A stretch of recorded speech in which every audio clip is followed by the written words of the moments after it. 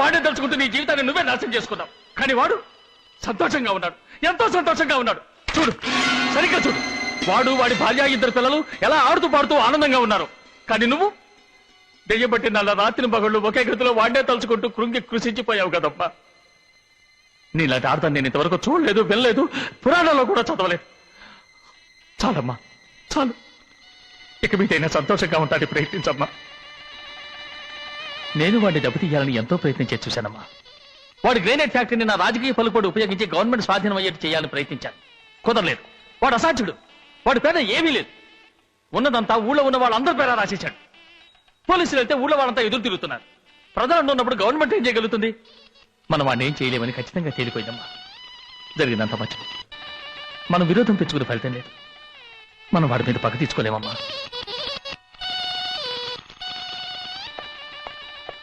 Damn it, ఇంకా ఎన్నేళ్ళని వాడి పెళ్ళే చూస్తూ కూర్చుంటావు. వాడికి పెళ్ళాడు వచ్చిన ఇద్దరు కూతుళ్ళు ఉన్నారు. వాడి కూతురు కూడా నా కొడుకు సరిగ్గా కాలేజీలోనే చదువుతోంది.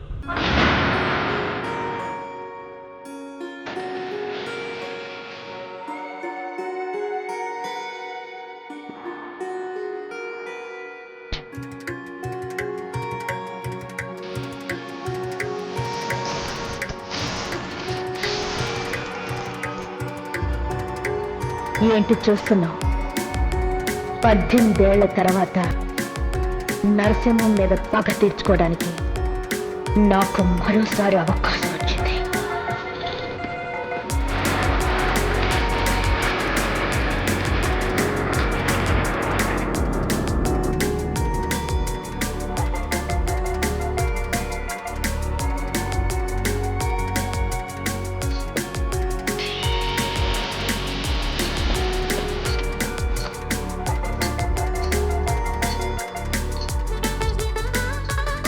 డ్రెస్సింగ్ రూమ్ ఎక్కడ? అక్కడ.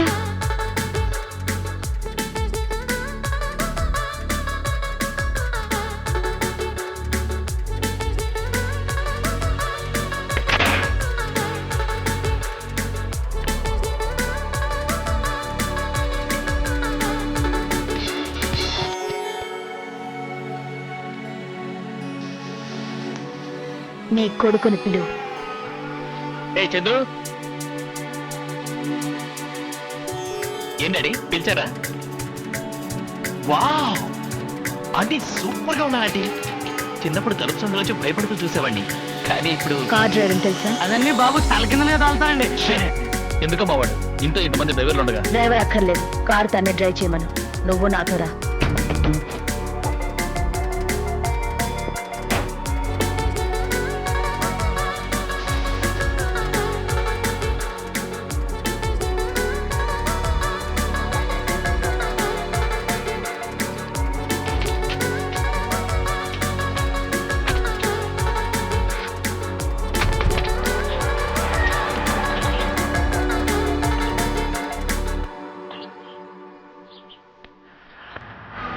ఆ వైరట్ డ్రెస్ లో ఉన్న అమ్మాయి అనిత, నరసింహ అంకుల్ కూతురు.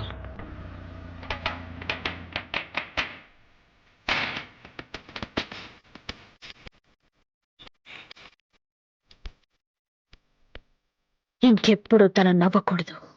ఆ పని మనిషి కూతురు సంతోషంగా ఉండకూడదు. నరసింహం గారాల కూతురు ఏడవాలి. మీ కొడుకు ఆ అమ్మాయిని ప్రేమించాలి. ఆ అమ్మాయి మీ కొడుకుని ప్రేమించాలి. ప్రేమించినట్టుగా నటించాలి. అర్థమైందా? దిగులు పడకమ్మా. నువ్వు చెప్పినట్టుగానే నా కొడుకు చేస్తాడు. వాడికి తెలుసు నా ప్రాణమే నువ్వని. అలా చేయలేదో వాడి గొంతు పిసికి నేనే చంపుతాను. ఏంటో చూస్తున్నావు? చెప్పింది చెయ్యి. ఇక పోనీ. సూపర్.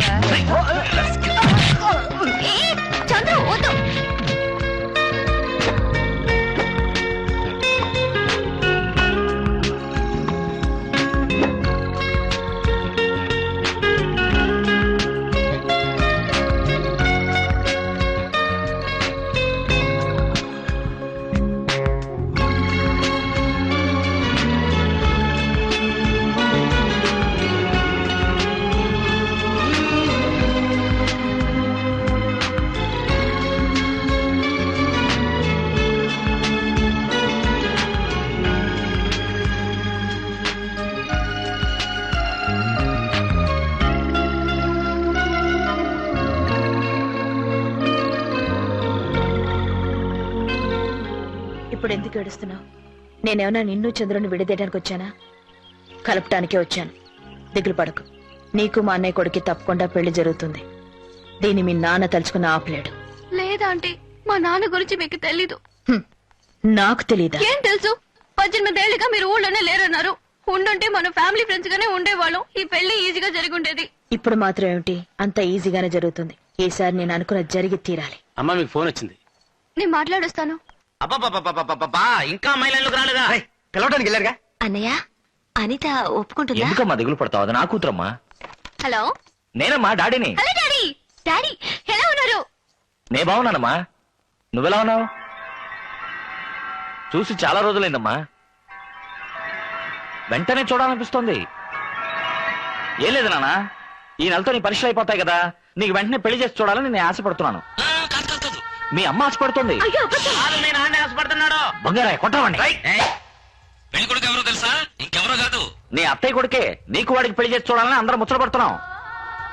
ఏమైనా మన ఊరు సాంప్రదాయ ప్రకారం పిల్లాడు ఇష్టపడితేనేగా పెళ్లి. అందుకే నీ ఉద్దేశం తెలుసుకుందామని ఫోన్ చేశాను. ఏమంటావు? ఏంటి ఆలోచిస్తున్నావు? పిల్లాడు చదువుకోలేదనా? అదే నువ్వు చదువుకున్నావు కదా.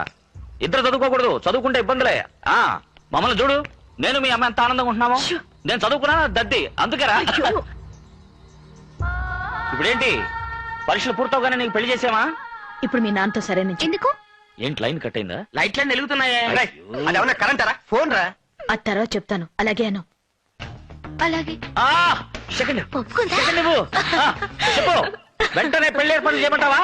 అయ్యో, పెళ్లి అంతా మీ ఇష్టం డాడీ అని చెప్పు. ఎలా చెప్పు? నేను చెప్తున్నానుగా, చెప్పు. అలాగే డాడీ, మీ ఇష్టం. అయ్యో నా డార్లింగ్.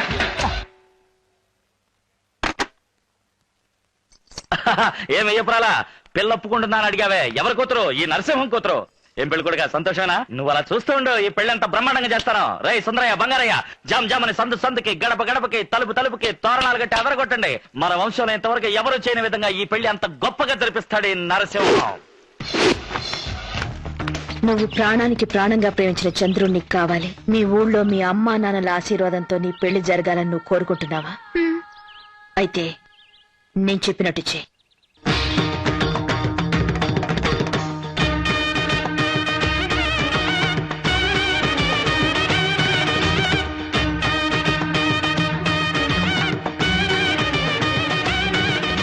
భగవంతుని సన్నిధిలో అడుగుతున్నాను, ఊరందరి సమక్షంలో త్రికరణ శుద్ధిగా దేవుడి మీద ప్రమాణం చేసి చెప్పు, ఈ అమ్మాయిని పెళ్లి చేసుకోవడం మనస్ఫూర్తిగా నీకు ఇష్టమేనా? ఇష్టమే మావయ్య, ఇష్టమేనండి. నువ్వు కూడా నీ ఉద్దేశాన్ని మనస్ఫూర్తిగా దేవుడి మీద ప్రమాణం చేసి చెప్పు, ఈ అబ్బాయిని చేసుకోవడం నీకు ఇష్టమేనా?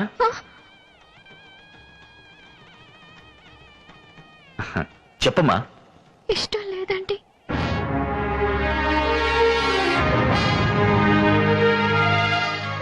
ఎందుకు ఇష్టం లేదు? మీ ఇద్దరితో మాట్లాడేగా ఈ పెళ్లికి ఏర్పాటు చేశారు. ఆ రోజు పరిస్థితికి ఒప్పుకోవాల్సి వచ్చింది. ఈ పెళ్లి కొడుకు నీకు నచ్చలేదా? నేను ఇంకొకరిని ప్రేమించాను. అతన్ని పెళ్లి చేసుకోవాలని ఆశపడుతున్నాను. సరే, నువ్వు ప్రేమించిన అబ్బాయి ఇక్కడ ఉన్నాడా? చెప్పు.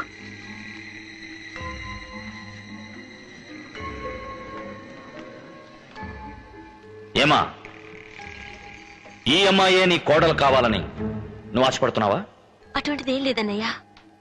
నీకు బియ్యపురాలు అవ్వాలని ఆశపడుతున్నాను. నీ మెళ్ళో ఉన్న పూలమాలు తీసి నీ చెల్లెల మెళ్ళో వెయ్యి. వెయ్యి. ఈ అమ్మాయిని పెళ్లి చేసుకోవడం నీకు ఇష్టమేనా? నాకు ఇష్టమేనండి. నీకమ్మా? ఎవరికి భయపడకుండా నీ మనసులో ఉన్నది చెప్పు. పెళ్లి కొడుకంటే నాకు ఇష్టమే, కానీ ఇప్పుడు ఈ పెళ్లి చేసుకోవడం ఇష్టం లేదు. ఏంటమ్మా నువ్వు అనేది? అక్కయ్యకి పెళ్లి కాకుండా నేను పెళ్లి చేసుకోవడం నాకు ఇష్టం లేదు. నాకు అక్కయ్యకి ఒకే రోజు పెళ్లి జరిగినా కూడా పర్వాలేదు, కానీ తనకన్నా ముందు నేను చేసుకుంటే ఆ తర్వాత అక్కయ్యకి ఇక్కడ పెళ్లి జరగదు అని భయంగా ఉంది. తమరి నిర్ణయం ఏమిటో? మా వంశపారంపర్యంగా వస్తున్న సంప్రదాయాన్ని నేనిప్పుడు మార్చలేను. ఈ ఊళ్ళో జరిగే ప్రతి వివాహానికి కన్నవాళ్ళ అంగీకారం కన్నా చేసుకోబోయే వాళ్ళ అంగీకారమే ముఖ్యం. ఇష్టం లేని ఏ వివాహం ఈ ఊళ్ళో జరగకూడదు. అటువంటి వివాహాన్ని ఏనాటికి నా వంశీకులు చెయ్యరు. బావిని తెరవండ్రా. వీరి చేతుల మీదుగా ఈ ఊళ్ళో పెళ్లిళ్ళు జరుగుతున్నప్పటి నుంచి ఇంతవరకు ఆ బావి తెరవలేదు. ఈ రోజు వారి కూతుర్ల కారణంగా ఆ బావి తెరవాల్సి వచ్చింది. చూసావా?